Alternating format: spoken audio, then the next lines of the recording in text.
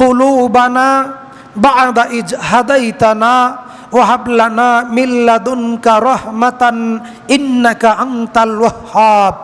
আল্লাহ, আপনি অন্তরের পরিবর্তনকারী, আপনি আপনার দ্বীনের উপরে, আপনি আপনার আনুগত্যের উপরে, আপনি আপনার ইসলামের উপরে, আপনার রহমতের উপরে আমাদেরকে দৃঢ় রাখেন, বলি আমিন।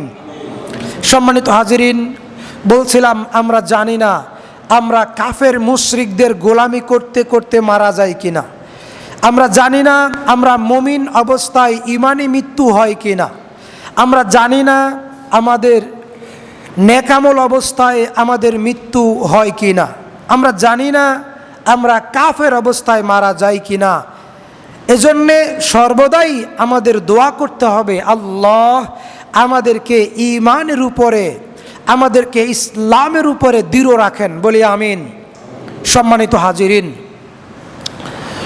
আল্লাহ রাব্বুল আমিন সূরা কাউসারে বলেছেন, ফাসল্লি লিরাব্বিকা ওয়ানহার।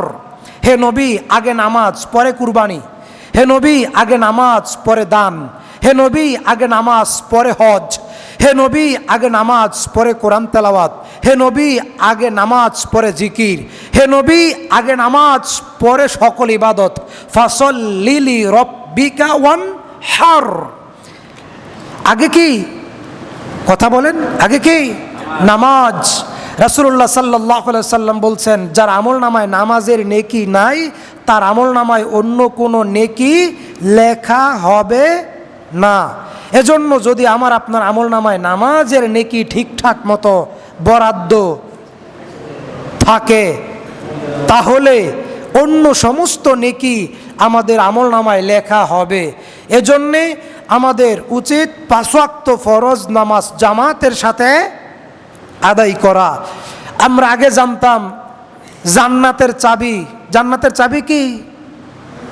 নামাজ। হাদিসটি জাল, হাদিসটি জাল।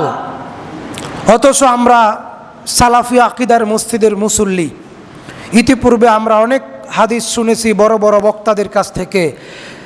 জান্নাতের চাবি নামাজ, এই হাদিসটি দুর্বল, বাতিল, জাল।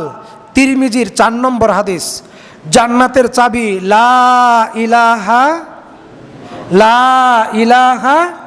ইল্লাল্লাহ, এক আল্লাহ ব্যতীত হক কোনো মাবুদ নাই।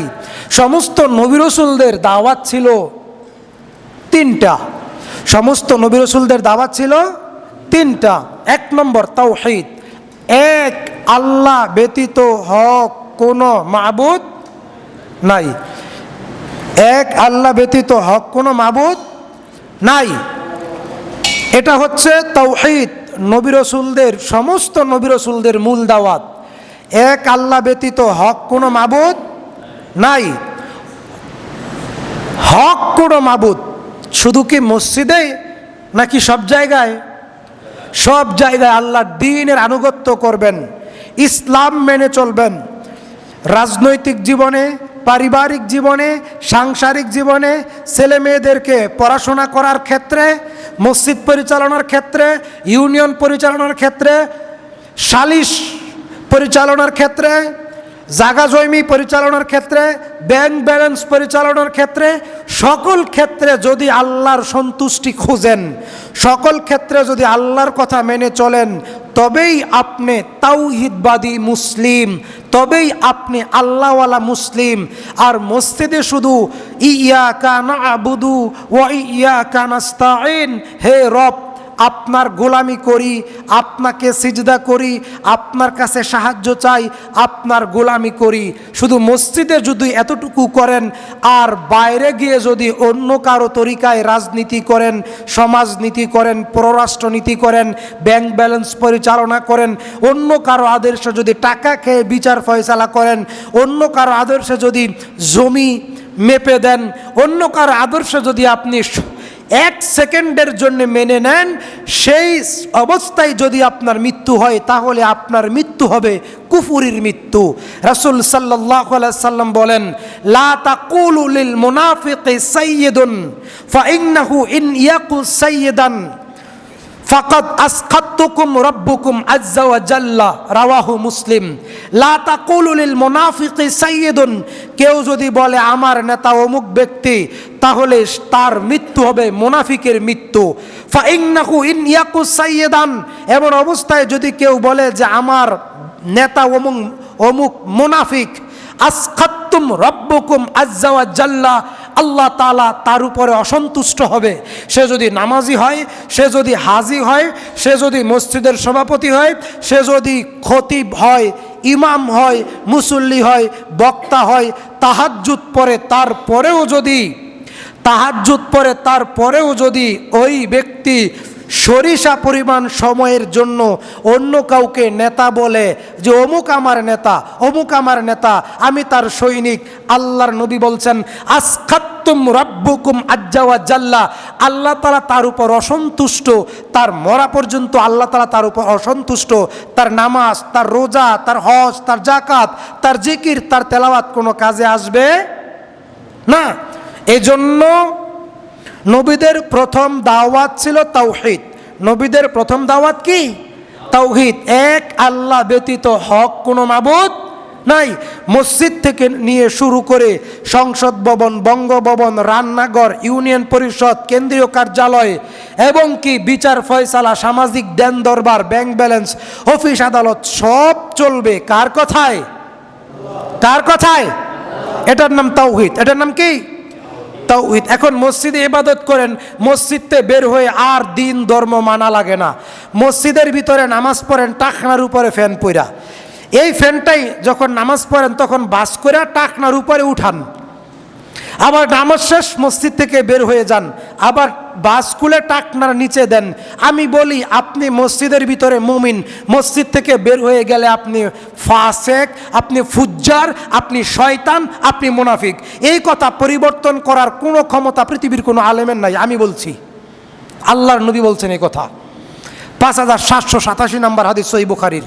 মসজিদের ভিতরে বাস করে ফ্যান টাকনার উপরে পরে নামাজ পড়বেন, মসজিদ থেকে বের হয়ে আপনি আবার ফ্যানের বাস খুলে আপনি ঘোরাফেরা করবেন, আপনি মনে করবেন যে আপনি কি মুমিন? না, আল্লাহ বলেছেন ইউখাদিউনাল্লাহ, তারা আল্লাহকে ধোঁকা দেয়।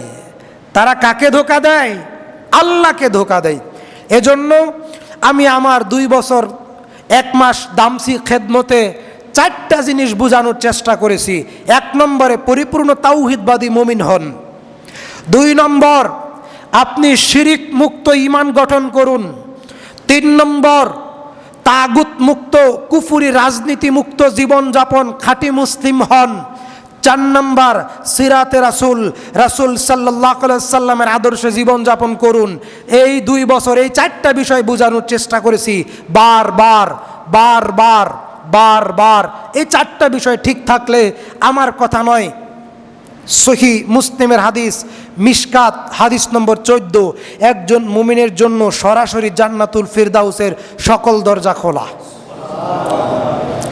এজন্যে আজকের আলোচনায় প্রথম তাওহীদের বিষয়টা সংক্ষিপ্ত আকারে তুলে ধরলাম। নাম্বার 2, সুন্নত নববী সাল্লাল্লাহু আলাইহি ওয়াসাল্লাম।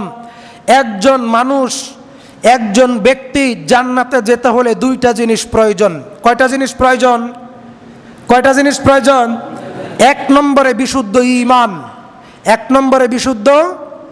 ঈমান। 2 নম্বর নবীর তরিকায় জীবন যাপন, নবীর তরিকায় নেক আমল, নবীর তরিকায় আমল, অর্থাৎ বিদাত মুক্ত আমল আর শিরিক মুক্ত ঈমান, শিরিক মুক্ত তাওহীদ যুক্ত ঈমান, বিদাত মুক্ত, কুফর মুক্ত, কুসংস্কার মুক্ত নবীর তরিকায় নেক আমল যতটুকু করেন। আপনি যদি শুধু ফরজ নামাজ আদায় করেন তারপরেও জান্নাতে যাবেন। আপনি যদি শুধু